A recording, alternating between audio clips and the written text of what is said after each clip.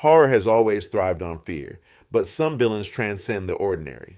Pennywise, the timeless clown from Stephen King's It, and Vecna, the psychic mastermind from Stranger Things, are among the most terrifying. On the surface, they seem different. One a cosmic entity, the other a human turned monster, but both have left indelible marks on their worlds. Today, we explore their origins, power, motivation, and impact, including the latest developments from the recently released Season 5 finale of Stranger Things, Origins, Concept, and Cosmic Power. The Season 5 finale of Stranger Things reveals the full scope of the Upside Down. Vecna, once Henry Creel, created the Upside Down, a parallel world of darkness and torment.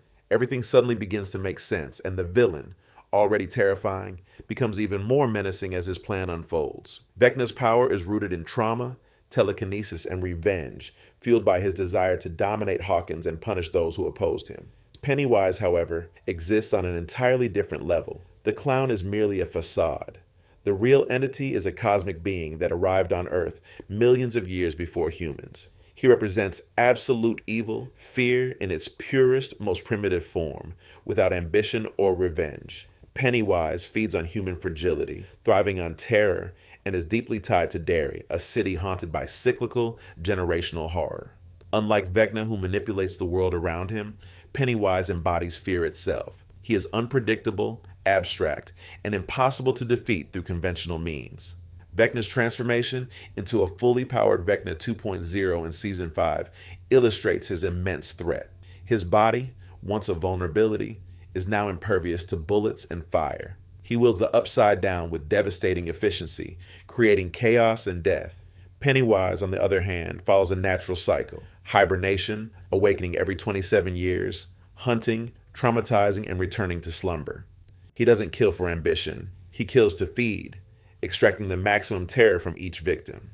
Conceptually, Pennywise's power is unmatched, a force of nature, whereas Vecna remains bound by his human origin. Motivation and threat level. Vecna's motives revolve around revenge, control, and hatred for mediocrity. Early in his life as Henry Creel, he killed his family and sought to dominate the world alongside Eleven. In Season 5, his attacks intensify. He infiltrates the minds of Max, Chris, and other characters, using psychic terror to manipulate and kill. Vecna 2.0 is ruthless, enhanced, and nearly unstoppable, yet his power relies on manipulating memory, exploiting trauma, and physical presence. Pennywise operates differently. He does not need reason or justification. He feeds on fear purely as instinct, a predator whose sole purpose is survival through terror. Across centuries, he orchestrates massacres and kidnappings, transforming entire environments into nightmares.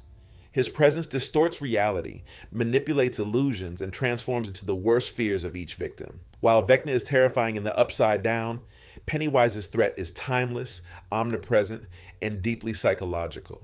His power is not limited by humanity, environment, or memory. Both villains have immense screen presence. Vecna 2.0 scenes in Season 5 demonstrate his brutality, surviving attacks that would kill ordinary humans, controlling entire swaths of the Upside Down, and instilling fear through psychic manipulation. Pennywise's appearances shift the atmosphere entirely.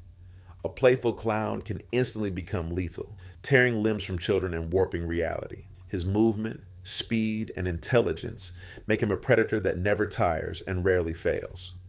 While Vecna is terrifying, Pennywise's presence is cosmic, crushing, and universal in scope.